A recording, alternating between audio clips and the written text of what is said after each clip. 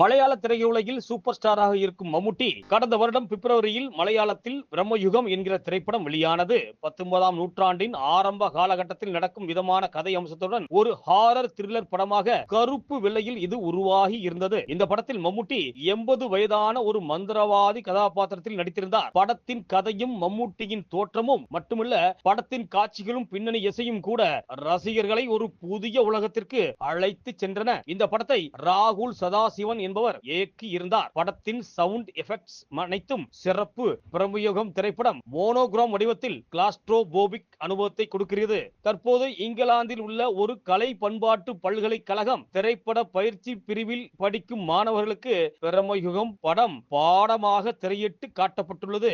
அதில் உள்ள காட்சிகளின் அமைப்பு மற்றும் இசை குறித்து அந்த மாணவர்களுக்கு வகுப்பு எடுக்கப்பட்டுள்ளது. இது குறித்த வீடியோ ஒன்று சமீபத்தில் சோசியல் மீடியாவில் வெளியாகி உள்ளது.